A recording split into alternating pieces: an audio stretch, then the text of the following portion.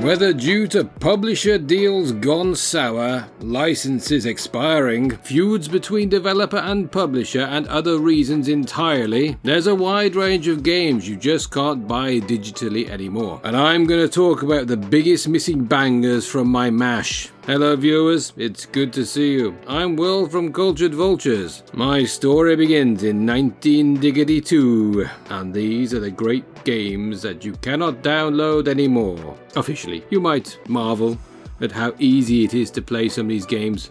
Unofficially though.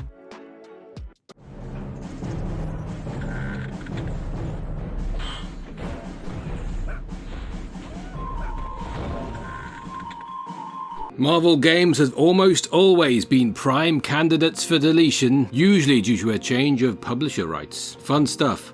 Always fun. The main culprit of this was Activision, who at one point had almost free reign to create as many Marvel-related games as they liked. Through this, you had many Spider-Man games that have slipped through the cracks, such as Shattered Dimensions and Web of Shadows, along with the underrated Deadpool standalone game. But perhaps the biggest individual losses come from the delisting of Marvel Ultimate Alliance and its sequel. A team-focused action RPG, the Marvel Ultimate Alliance lived up to their name by allowing players to form their own quartet of Marvel heroes to take on the length and breadth of the Marvel Rogues gallery. The first game functioned like a whistle-stop tour of recognizable Marvel locales, while the sequel retold the iconic Civil War storyline. And while both games were re-released on PS4 and Xbox One, they were delisted due to the expiration of the publisher agreement not too long afterwards. You can get the third game still, but it's weirdly exclusive to the Switch. Still, after all these years, is it ever going to cross the Nintendo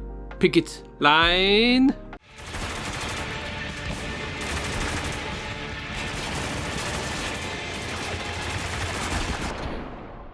The most recent disappearance and arguably the most readily available game still on this list, Spec Ops: The Line, was removed from all digital storefronts around the start of 2024, with the briefest of statements from 2K Games citing the expiration of a number of partner licenses. The idea that one of the most politically charged and brain-breaking military shooters could be brought down by just a few licensed music tracks seems ridiculous. But that's the world of video games we live in right now. Music licenses have always led to games being delisted in the past, but that fate is usually reserved for the likes of sports or racing games. Some games have even just removed offending songs in question in order to keep selling said game, but for Spec Ops: The Line, 2K seem that they'd rather yeet the whole game than try and preserve a truly defining classic. If you're an Xbox One or Series X, you can still pick up a copy of the 360 version of Spec Ops, but as time goes on, these copies are just going to become more and more scarce, and those prices are going to go up and up and up. Crazy considering how cheap the game used to be, really. I refuse to pay like 5 times the price. Harmonix have been pioneering the music rhythm action genre of gaming for nearly 2 decades at this point, with their work on Guitar Hero and subsequently Rock Band kickstarting a whole wave of plastic tat that gathers dust in your cupboard. More recently though, Harmonix tried their hand at the role of DJ with Fuser, an ambitious project that has been lost to time. Basically, players could create their own mashups in real time, picking different elements from a bunch of songs to birth something beautiful or cursed, depending on your preference. It was pretty neat, but equally niche. Whether it be due to low player counts or the fact that Harmonix was bought out by Epic Games, even though Fuser was published by NC Soft, the decision was made to pull the plug in December of 2022. However, Fuser is one of the few cases on this list where there's a bit of a redemption arc, as Harmonix were able to put their work they did on Fuser to action as part of Fortnite Festival, which lets 4 players join together to create mashups, and it's probably the most underrated feature in all of Fortnite. However, in Fuser I didn't have to deal with the ocean of children wearing Ice Spice skins and forcing me to be consciously aware of what a Dougie is. Girls and boys these days, I mean really.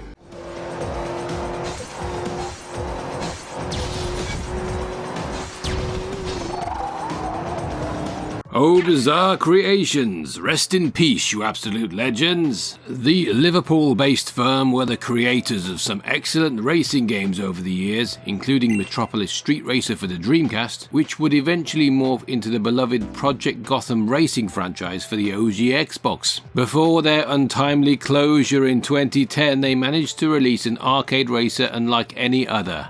Blur. Ostensibly Mario Kart with licensed vehicles, players would choose from various cars from the likes of Dodge, Nissan, Ford and BMW among others, and would race around different exotic locations. Barcelona? Sure. Los Angeles? Absolutely. Brighton Beach? Well, if you insist, Blur. The real twist, however, was the power-up that would allow players to gain the upper hand on their opponents, with each power looking like a coloured sound wave. It was super stupid but also super fun, so of course it did much worse than it deserved. If Synesthesia was a racing game, it would be Blur. But between Bizarre shutting down and the licenses expiring, Blur has become harder to remember for some than the storyline of the next entry. Something about Jeff Bezos? No idea.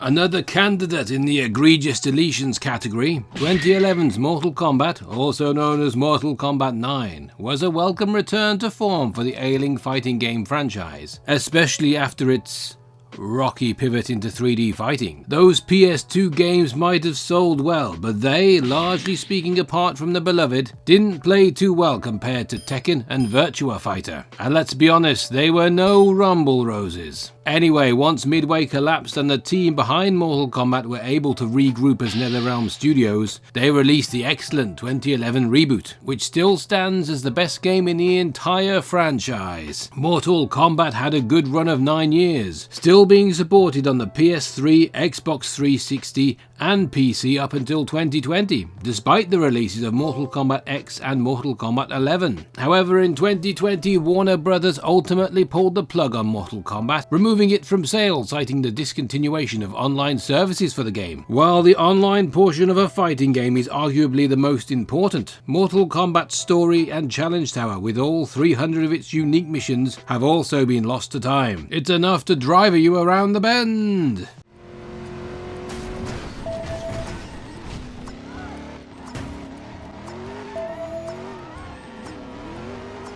Another single-player focused experience that has been completely erased from all digital storefronts, Driver San Francisco is arguably the best game in the franchise, which makes it all sadder that it was the last home console driver game, and also the first really good one since the PS1. A tongue-in-cheek detective story told through an open-world driving/racing game, Driver San Francisco boasted a feature that set it apart from anything else on the market: hot swapping. At any time, players could just leap out of the driver's body, leaving them suspended in midair like some sort of playable Google Maps, before picking another car and taking control of that driver. It was an utterly brilliant mechanic that made you rethink how you approach standard objectives. Usually you'd just control a bunch of cars and use them to take out your competition in a race, but it was still unlike any other experience. Unfortunately, the licensed cars and music got to it, as they always do, with Driver San Francisco being removed from all digital storefronts throughout 2016. Weirdly though, people could still get hold of Uplay PC keys for a few years afterwards through GameStop, but these days you'll need to hunt down a physical copy or maybe win a key in a poker game. I will never let my chips be captured. All this card playing has me a bit parched. I could use a stiff drink. Recounting the entire history of Telltale games would take up far too much time and perhaps could be a video all of its own. Question mark? So here's the cliff notes instead. After making it big with adaptations of Minecraft and The Walking Dead, Telltale stretched itself too thin and imploded in 2018. Naturally, all the licensed games were removed too. While most have made a comeback alongside Telltale's Resurrection, including The Walking Dead, some haven't, including Telltale's most interesting game, Poker Night at the Inventory and Poker Night 2. As the game would imply, Poker Night is about having a game of cards with your buddies, but those buddies happen to be characters from various forms of media over the years. The first Poker Night features internet favourites like Strongbad and the Heavy from Team Fortress 2, but Poker Night 2 upped the ante with Ash Williams, Brock Sampson from the Venture Brothers and Claptrap. Oh, and your dealer is GLaDOS. Both games were mainly comedic and were designed around funny banter above all else, but they're charming curios that have since been lost to time. Telltale did actually make a comeback not long ago, releasing an episodic adaptation of The Expanse, a cult sci-fi series that had previously been cancelled, and yes, it did as well as you might expect. That's a more brutal reception than trying to shill real American beer, brother. Man, what a neat job that was! He just rearranged his face! Sorry, I'm still enjoying that Hogan moment. What was he thinking? Did you see Jimmy Hart's face? The poor little tyke. So disheartened.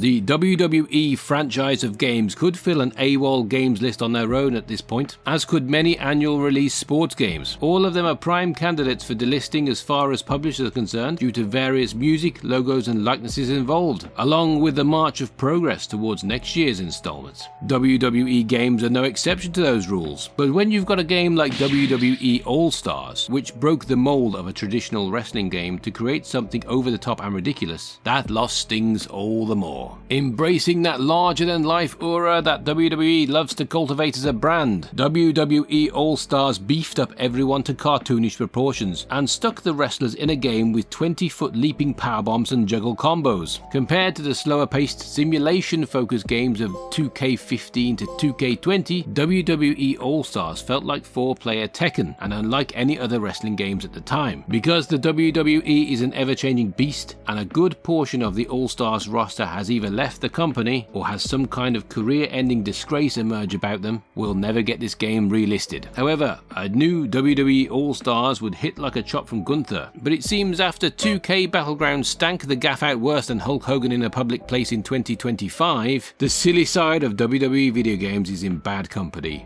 1 and 2.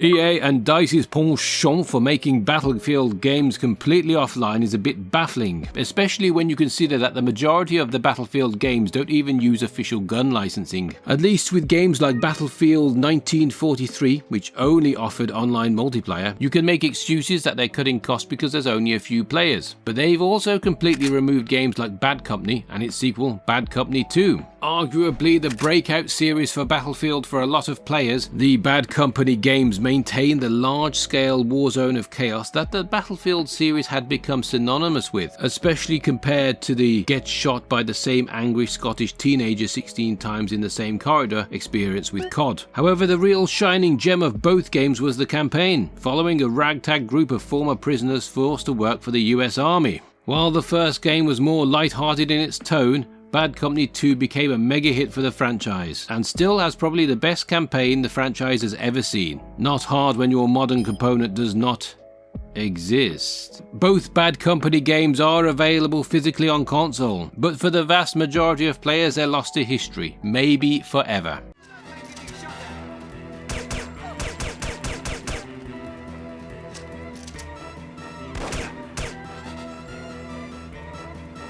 Jim has already rabbited on about this franchise in a recent video, and afterwards he remembered just how much he missed it, so he's making me rabbit on about it now. But No One Lives Forever really does deserve to be remembered as one of the best FPS games ever.